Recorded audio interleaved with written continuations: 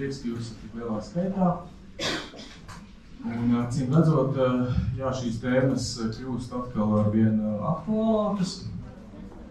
Un tā doma bija šodien parunāt nedaudz par vīrusiem un to ilgtermiņa sekām. Ja, tad mums ir dažādi vīrusi, dažādām slimībām. Viens ir tas populārākais šobrīd, par to arī es pastāstīšu nedaudz, bet mēģināsim visu pēc kārtas. Ja?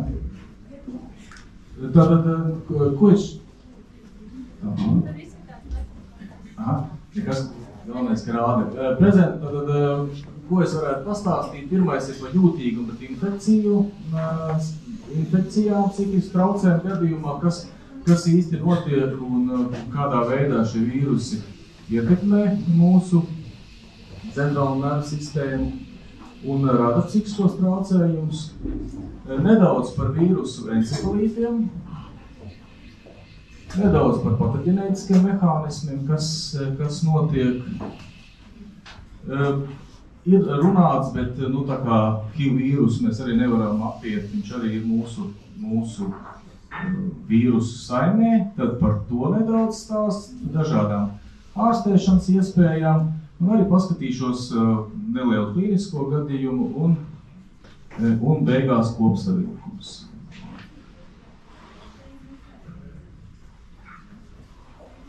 Tātad šī ir angliski, viņa gan ir, bet viss ir saprotams, jūtīgums pret infekcijām.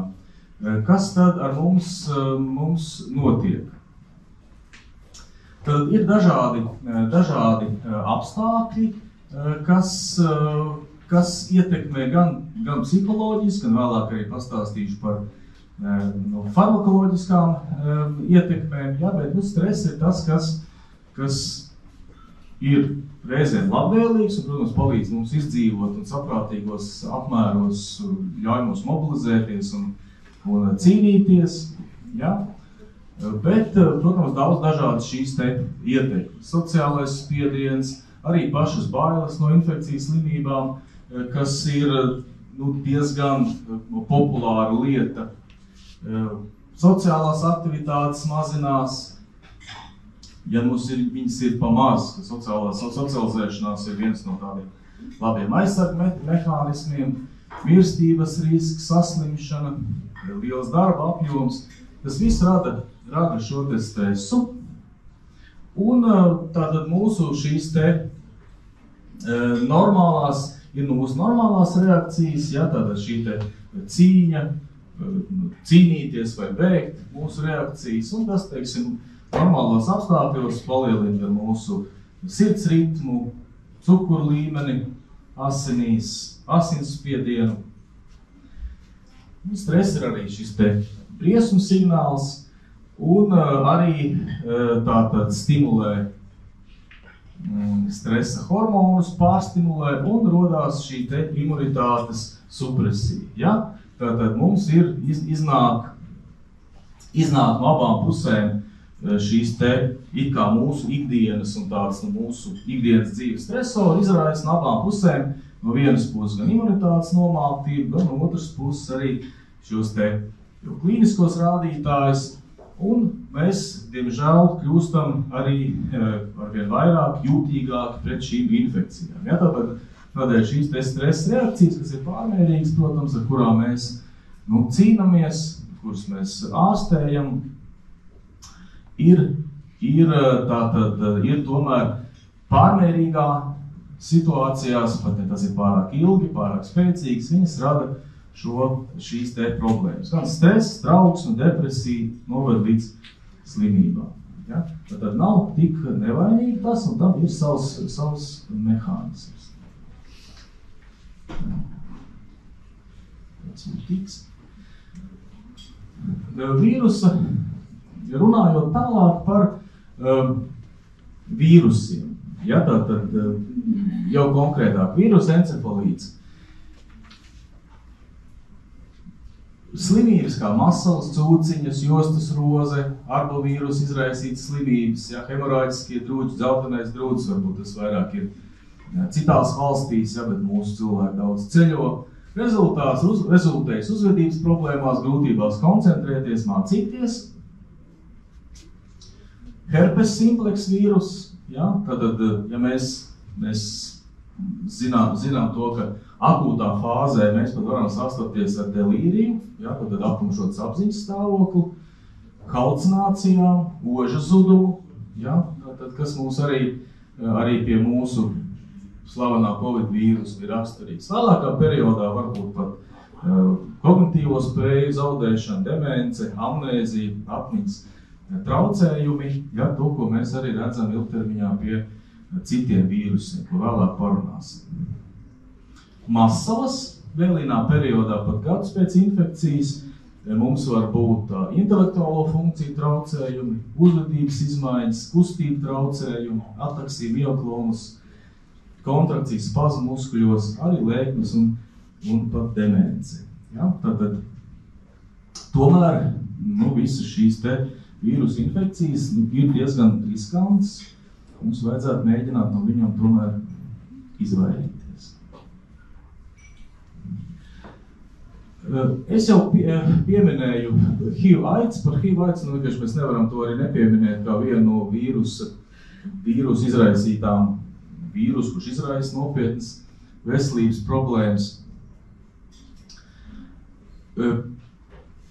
Protams, man ir atsevišķi arī lekcijas, vesels bijuši lielākā apjomā par šo HIV/AIDS ietekmi, ja, bet tam, kam gribētos pievērst uzmanību, ja, ka, protams, dažādi aģenti, dažādas situācijas var izraisīt dažādas izpausmes. Ja, tad akūta HIV infekcija, faktiski tas ir virāls meningīts, ja, tad uzreiz akūtā periodā encefalīts, polineiropātija ascendējoša. Arī šī tas būtu tiešā ietekme, ko mēs no vīrusa sagaidām akūtā periodā. Tālāk ir šīs oportunistiskās infekcijas, kas pievienojās imunitātes nomāktības dēļ, toksoplazma, kriptokoki, leikoencefalopātija, neirosifilis var pievienoties, citomeglovīrus, herpes simplex, encefalīts. Arī šīs te audzēji, CNS limfoma, Kapoši sarkoma un tātad ar HIV saistīti viegli kognitīvi motoru traucējumi un arī saistīta demence. Ja, tad demence nerodas uzreiz, protams, šajos gadījumos kognitīvās funkcijas samazinās, atmiņa, domāšana, kaut kāda problēma risināšana, personības izmaiņas. Ja, tad tas notiek pakāpeniski, bet, protams, runājot par HIV/AIDS infekciju, nesoties uz ārstēšanu, ar ārstēšanu, protams, labāk, bet, protams, progresē arī šīs kognitīvās spējas un demence vēlīnā. Tad var būt akūtas reakcijas un varbūt arī vēlīnā periodā šī te ietekme.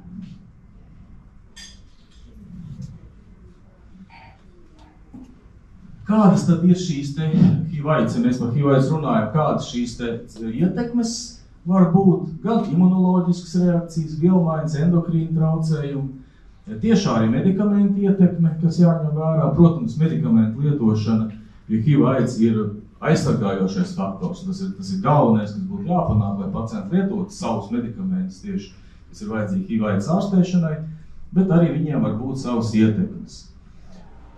Protams, ir šī te sadaļa par psiholoģiskā stāvokļa ietekmu uz slimības noris, tas, ko mēs redzējām šī sākotnējā slaidā par stresa ietekmi, par to, kā cilvēki uztver šo informāciju, par šīm te bailēm, gaidot arī analīzi, un tur ir vesels stāsts, kas notiek ar cilvēku psiholoģiski, kādas ir viņa reakcijas uz šo te inficēšanos. Ja?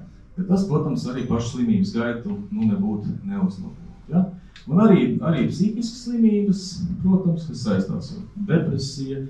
Tāpat tās ir arī dažādas, teiksim, riskanta uzvedība, papildus vielu lietošana, ja? Kas arī nešaubīgi ietekmē centrālo nervu sistēmu. Protams, ka HIV/AIDS pacienti nereti tur ir gan personības problēmas, gan tur ir vielu lietošana dažādu, kas arī tiešā veidā atstāja ietekmi uz centrālo nervu sistēmu. Un tās problēmas bieži vien ir diezgan daudz.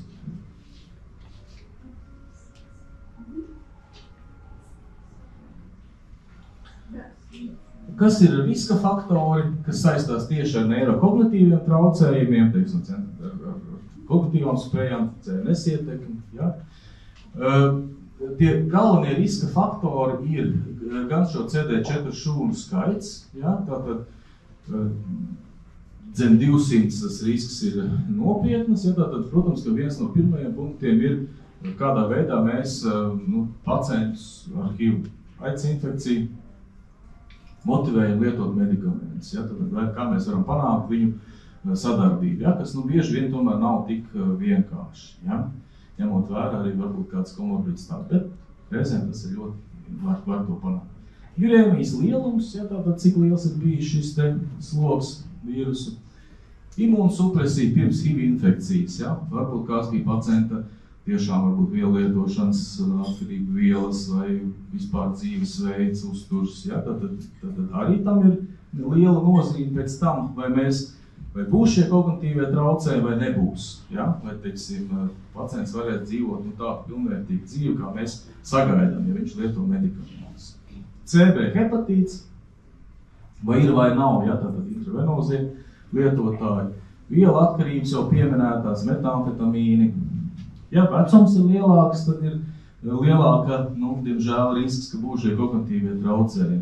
Arī izglītības līmenis, protams, kas saistās no vienas puses tieši ar šīm te cilvēku kognitīvām spējām, ja, jo mums ir dzīves laikā, teiksim, mūsu intelekts un kognitīvās spējas ir augstāks, jo mums, ja arī mums piemeklē tāda nelaime kā demence, piemēram, vienalga, mēs ilgāk turamies, ilgāk cilvēks var funkcionēt, ja, un reizēm tiešām to ir pat grūtāk pamanīt. Jūs arī saviem pacientiem noteikti redzat, ka tomēr tad ir tā rezerve, tā kā tomēr izglītības līmenim, zināšanām, kognitīviem treniņiem ir savu nozīme.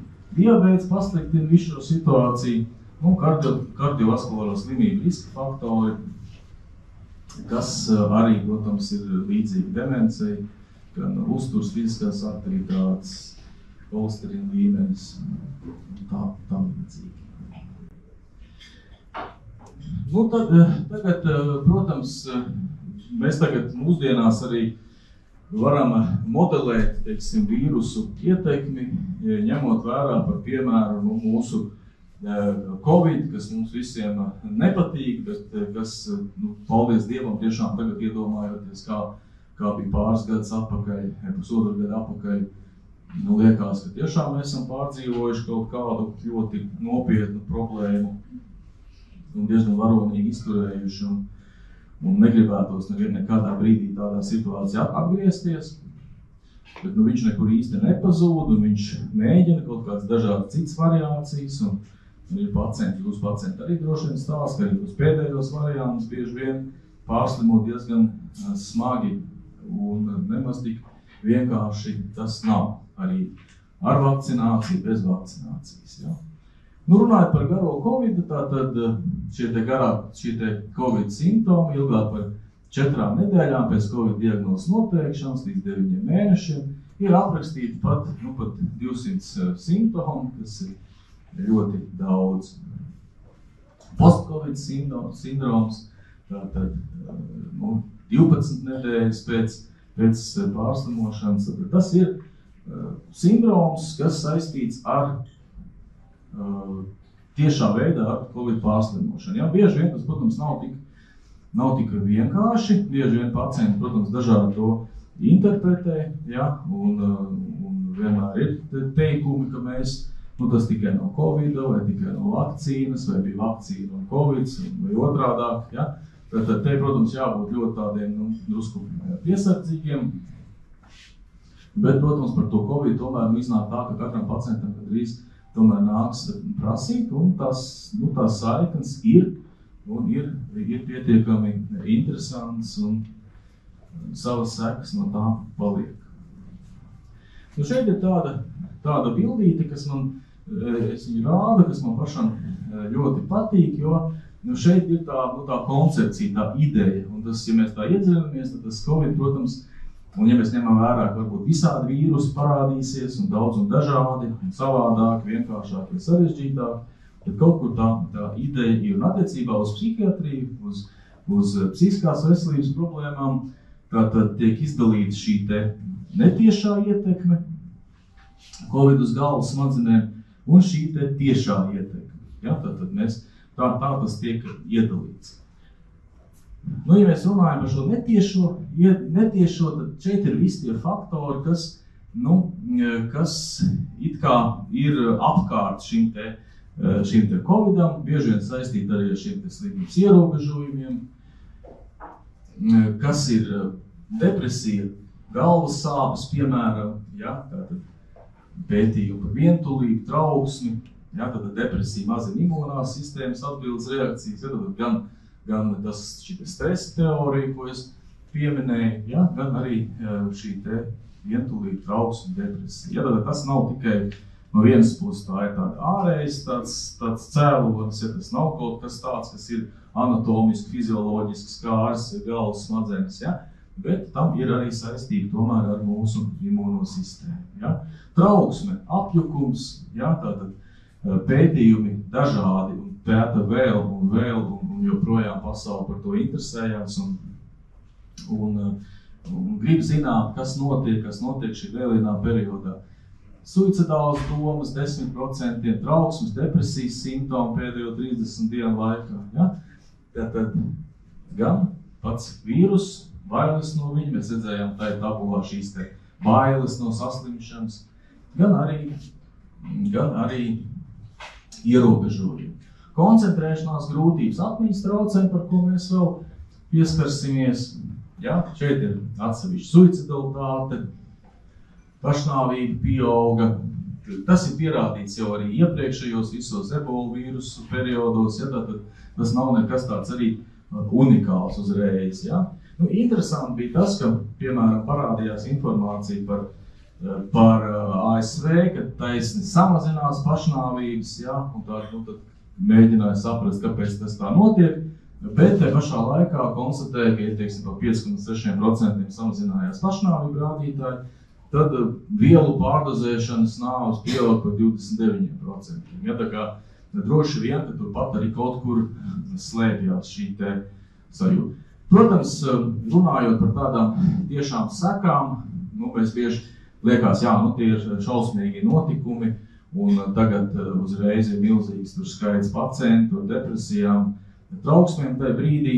Skaidrs, ka šādām te lielām kataklizmām, tādām sabiedrības veselības problēmām ir tendence ar kaut kādu nobīdi. Ja, tad parasti tas ir kaut kāds varbūt gads, pusotrs, 2, kad ir šī te nobīde. Droši vien, ka to arī jūs jūtat savā ikdienā šobrīd ar pacientu pieplūdu, un tas, ko visi stāsta, kad nepierasti daudz analīzes, nepieredzēt daudz. Tad pacienti pirmkārt viņi ir mobilizējušies uz to brīdi, viņi nav meklējuši palīdzību, ielaist šīs problēmas. Un no otras puses, protams, tādā krīzes situācijā mēs mobilizējamies un tādas pašnāvības cilvēki neveic varbūt tajā brīdī, ja, bet tas rezultāti ir pēc tam. To mēs arī šobrīd redzam, ka pacientiem ir slikti, viņi meklē palīdzību, un tas apjoms ir netipiski liels šai vasarai, ko mēs arī jūtam psihiatrijā. Protams, te ir arī daudz tādas drusku modes lietas var būt. Psihiatrija ir drusku caur Covidu un caur dažādām palīdzības iespējām un caur runāšanu par to ir noņemti varbūt tādi milzīgi aizspriedumi. Es domāju, tad parādās kādas kategorijas pacienti, kas ļoti labprāt un jauni cilvēki, kas nāk pēc palīdzības. Varbūt arī reizēm tā ir kaut kāda tāda modes lieta, tā mēs varētu teikt, ja? Varbūt mums reizēm liekas, ka šim cilvēkam, varbūt kāds ir smagāks, kam tiešām varbūt vajadzētu vairāk šo palīdzību, ja? Bet nešaubīgi to apjomu mēs sajūtam, ja? Tā kā es domāju, ka tur ir arī liela daļa tā taisnieka cilvēki tomēr šo palīdzību meklē. Vientulība, miega traucējumi, ja? Tās ir tās biežākās, it kā netiešās Covid ietekmes. Tad ir šī te otra sadaļa, ja tā pati tabuliņa, kad mēs jau runājam par par tādu tiešo ietekmi. Ja? Tātad, tas nav tikai tā, kādas tādas problēmas, kuras mēs nevaram tieši izskaidrot. Ja? Teiksim, smadzeņu infarkti, neiroiekaisums, ja? Neiroloģiski traucējumi 36% pacientu, oža, garša, mialģija, galvas sāpes, slikta dūša, vemšana. Ja? Kognitīvais deficīts, ja? kas ir vislielākā tā, šķiet problēma, ko ļoti daudz tomēr saka, ja? Tātad klusā laimīgā hipoksija, ja? Jo hipoksija bija tas viens no mehānismiem, ja dolobulāta elpocenas ceļu bojājums, ja? Izraisa sekojoši neironu bojājumu, korteks, hipokampus. Ja? Tad arī šis te skābekļa trūkums. Ja? Paša tiešā vīrusa iedarbība, ko mēs arī nedrīkstam aizmirst, ja? Kad viņš tomēr iedarbojas uz frontālo dailu, medulla oblongāta tieši iekļūstot. Ja? Tātad šī te ožas, garšas zudums, kas arī atstāja ietekmi. Ja?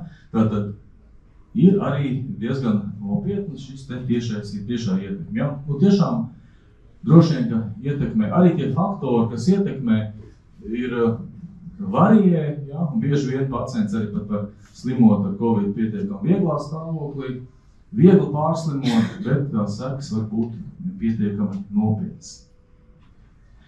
Te ir tādi tabuliņā jau biežākie šie neiropsihiatriskie simptomi, ja tā var teikt, varijē tās biežumas, ja, bet depresija, trauksme ir tie biežākie, tie pat 30% līdz 60%. Runā arī par šo te posttraumatisko stresa sindromu, bet, protams, es varbūt būtu drusciņa skeptiskāks, bet arī kā kurā valstī, kā pasaulē to pielietot, tad posttraumatiskais stresa sindroms ir tas, ka cilvēks ir faktiski piedzīvojis nāves tuvumu, reāls nāves draudus, tie pacienti, kas ir Covid laikā bijuši, pieņemsim, intensīvajā terapijā, ja kas tiešām ir bijuši soli no nāves, tie varbūt ir to arī šeit pieskaita, ja? Un tad cilvēkam, protams, pēc tam ir šīs te miega traucējumi, nomāktība, un viņš atcerās šos notikumus, viņš, teiksim, ir pastiprināti, reaģē uz tiem. Jā, biežāk par to runā, protams, kaut kādās katastrofiskās situācijās, autoārijās, zemestrīcēs, lielās negadījumos, kara apstākļos, jā, teiksim, cilvēkiem no Ukrainas, piemēram, kaut vai viņi, ja viņi piedzīvojuši, tad pat līdz 30% ir šis te posttraumatiskais stresa sindroms. Tas gan varētu būt cilvēkiem, kas tagad ir Latvijā, kas saka, ka viņi dzird kaut kādu šāvienu, dzird, teiksim, tur tramvajas lietas, un viņam liekas, ka tie ir šāvieni, ja? Posttraumatiskais varbūt arī, piemēram, netieši, ja mēs, teiksim, skatāmies visas ziņas, mēs dzīvojam līdz kara situācijai, tad mēs arī pat paši nebūtam tādīs kara situācijās varam piedzīvot, ja? Bet mēs būtu tā varbūt drusku skeptiskāks, varbūt rietumos viņi vairāk to akcentē, bieži vien ar pacientums nāk un saka, ka man ir posttraumatiskais. Es droši vien domāju, ka tur varbūt ir kaut kāds tomēr nianses, varbūt tā ir parasti kāda neirotiska trauksme, ja, tas nav uzreiz posttraumatiskais. Miega traucējumi, nogurums, vājums un šie te kognitīvie traucējumi, šī smadzeņu migla, ja, par ko arī es nedaudz arī klīniskā gadījumā pieminēšu.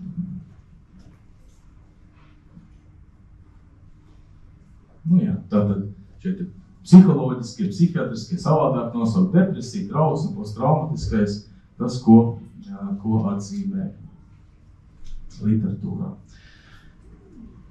Tātad nedaudz jau teicu par šiem te riska faktoriem, ja, tātad kam būs, ja tad jautājums, neizbēgam, mēs visi slimojam, pārslimojam šo Covid 1, 2, 3, kāds varbūt nepārslimo, bet jautājums ir, šos te neiropsihiatriskos, ja, tad mēs vienmēr gribam saglabāt mūsu atmiņu, mūsu kognitīvās spējas. Kādi ir šie te riska faktori, ja? Pārslimotā Covid biežums, ja, tad vairākas reizes arī savā vairākas reizes slimojot, tas risks pieaug, ja? Tā kā, protams, ka tomēr ir jāmēģina ar viņu nesaslimt, ja? Covid smagums, es teicu, ka varbūt arī vieglākās situācijas un pārslimo vieglāk, bet sekas ir smagākas, ja, bet tomēr pa lielam Covid smagums tomēr nosaka to, cik būs smagi. Sieviešu dzimums riskantāks, pavadošās slimības, protams, ir tas, kas ietekmē, ja pacientam ir vairākas citas, varbūt arī centrālās nervu sistēmas, vai vielmaiņas slimības, ja endokrīnas, kardiovaskulāras. Psihiskās slimības anamnēzē, protams, kas parādījās, ka Covid izprovocēja, un tas arī par to Latvijas pētnieki pētīja, ka Covid, protams, izprovocēja, piemēram, ja cilvēkam ir bijusi depresija, viņam ir bijusi trauksmes tā, varbūt viņa ir 5-6 gadus atpakaļ bijis pārsnājums pēdējais, ja? Tad Covid, diemžēl sekmē šo pārsnājumu atkal parādīšanos. Iekaisuma rādītājs smagums, tad cik smags ir pats iekaisums Covid periodā? Nevakcinēti, tomēr smagāk, tomēr šeit ir lielāks risks neuropsihiatriskiem simptomiem, tā kā tomēr tā vakcinācija ir kāda nozīme. Psiholoģisks distress pirms pārslimošanas, ja, tad ja cilvēki atkal šī stresa, tāpēc es rādīju sākumā šo stresa teoriju, tomēr tik vienkārši tas nav, kā liekas, ka mēs tur kaut kā labi, man tur uznāca trauksme, tur sirdsklauvas un pārdzīvojumi, ja, tomēr tas atstāja iespēju pēc tam arī uz visu šo imūno sistēmu. Sociālā izolācija, finansiālās problēmas Covid periodā arī tiek atzīmētas. Tātad, kādas ir ārstēšanas iespējas, mēģinājuma ārstēšanas iespējām? Ja? Protams, psiholoģiskās ārstēšanas metodas, ja, ļoti būtu labi, ja mēs to varētu, pašaprūpas programmas, kognitīva behaviorāla psihoterapija, meditācija, psihoedukācija, izglītošana. Ja, tad arī atcerieties, ka ir arī pieejami, un es domāju, ka jums to zinat un iesakat arī NBT mājaslapā pacientiem pieejams gan šīs gan ar rūtībām, bet šīs psihologa konsultācijas 10. Ir pieejami arī materiāli pašiem pacientiem. Ja, tad, kurā gadījumā, ne tikai Covid, bet sākot arī parastas, varbūt pacients vēršās ar trauksmi, ar viegliem depresīviem traucējumiem. Ja, jums tomēr ir iespējams arī sākt ar to, ka pirms tabletēm ir iespējams arī pašam, ko izdarīt elpošanas vingrinājumu, trauksmes pārvarēšanai. Ja, tad pamēģina, iesakat pacientam, ir materiāli, ir apraksti, pacienti arī paši meklē, tad var darīt arī kaut ko paši. Ja, tad nav uzreiz, pacients nevienmēr, varbūt sākumā nevajag viņu uzreiz nobiedēt ar tabletēm, bet mēģināt viņu iesaistīt, lai viņš pats arī darbojas. Psihofarmakoloģija, protams, ja mēs runājam konkrēti par Covid, parādījās atsevišķi, skābekļa terapija, protams, atsevišķi medikamenti parādījās. Vortioxetīns, piemēram, tiek pieminēts, kurš mazināja. Bija tādas feverīns parādījās pirmajos rakstos, flufloxamīns, ja, kurš palīdzēja it kā mazināt, palīdzēja tā kā ārstēt Covid, mazināt šīs izpausmes. Atorvastatīns tika pieminēts, bet tie tādi mēģināja, tas nav gluži vadlīnijas vai ieteikumi. Bet tas ir, kas pētījumos, ko pētnieki mēģināja atklāt. Herbālie produkti, ja, diēta, svara programmas, homeopātija, fiziska rehabilitācija, ķīnas herbālie produkti. Tad arī tas bija tas, kas tomēr palīdzēja pacientiem uzlaboties. Kognitīvā rehabilitācija, kas arī tika iekļauta un kas būtu iespējams. Psihoterapija, fiziskā rehabilitācija, tad arī šie rehabilitācijas pasākumi pacientiem pēc Covid, fiziskā rehabilitācija, arī droši vien palīdzēja pacientiem saglabāt šīs neirokognitīvās spējas. Nedaudz tāds viens klīniskais gadījums, kas arī, jo es strādāju mums pamatdarbs ir šī Velveres ielā, šis centrs, kur ir gan ambulatora pacients pieņemam, gan arī pamatdarbs ir šī 20. nodaļa, 30 gultām, depresiju, neirožu nodaļa, kur mēs ārstējam dažādas pacientus, vairāk depresijas, trauksmes, bet arī kognitīvos traucējumi, arī dažādas spektra traucējumus. Faktiski mēs pamatā depresijas trauksmes, bet ar tām depresijām trauksmēm bieži vien slēpjas arī daudz kas cits. Un tātad šī te paciente ir nonāk pie mums, tātad viņai 72 gadi, dzīves laikā viņa nav slimojusi, vienīgi bijušas asinsspiediena svārstības nelielas, migrēnas lēkmes, strādā aktīvi dzīvespriecīga, vakcinēta, saņēmusi arī balstu vakcīnu. Ja? 2022. gada 1. janvārī pirmo reizi viegli pārslimojusi Covid. Ja, tad samērā vieglā formā. Diemžēl viņi strādā tiešā veidā ar bērniem, ja, un tie bērniņi, kā saka, atnes viņai šo te Covid infekciju. Un 2022. gada martā viņa otro reizi ar mēreni pārslimoja. Ja, tad atcerieties arī es teicu, ka šī te pārslimošanas biežums arī ir tāds no riska faktors. Jutusies labāk, it kā atsākusi darbu, ja, drusku nostrādājusi, ja, bet jutusi, ka nespēku, pazudus apetīti, grūti koncentrēties, zaudējusi pa 12 kg svaru pēcākā periodā. Tad it kā, un tas arī raksturīgs, ka varbūt kādreiz tas nenotiek uzreiz pēc tā Covid pārslimošanas, bet ir tā kā, nedaudz kaut kāda nobīde, varbūt tas mēnesis, ja, bet tas vienalga ir saistāms ar šo te pārslimoto Covid. Cilvēks tā kā mēģina atgūties, ja, bet nesanāk.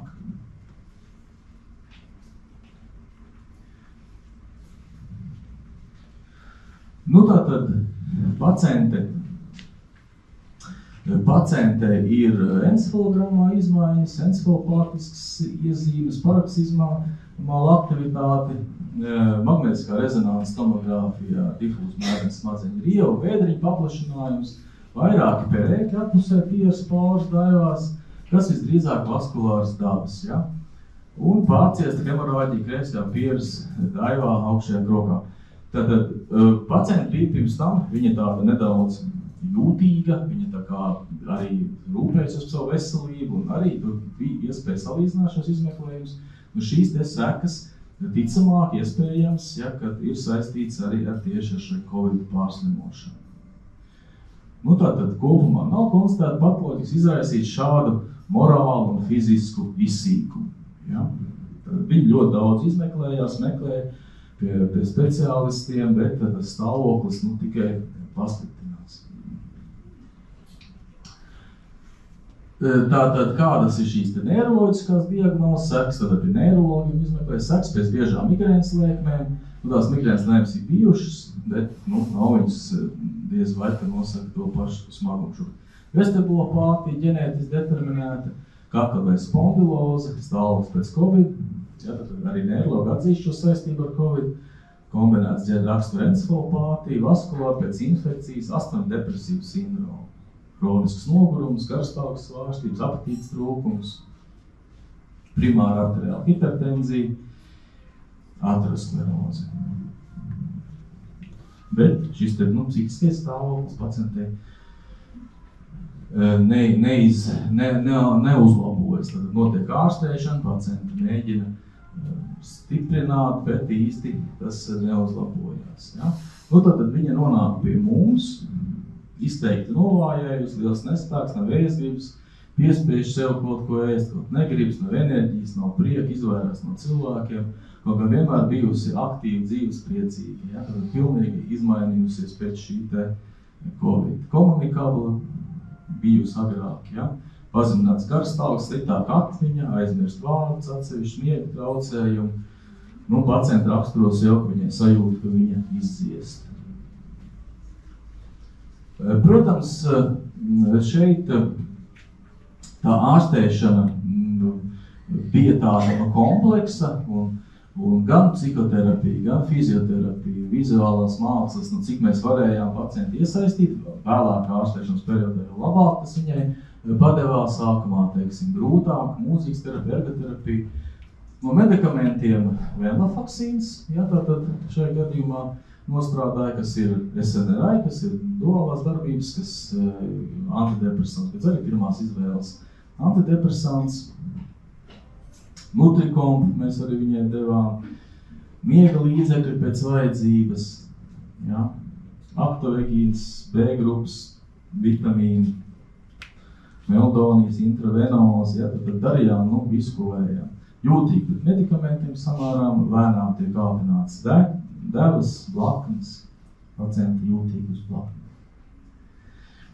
Tas rezultāts tomēr tiek panākts, bet viņš kaut kāda tur mēnesi, pusotru slimnīcā, pēc tam ambulatorā ārstēšanās, bet pacientei paliek labāk.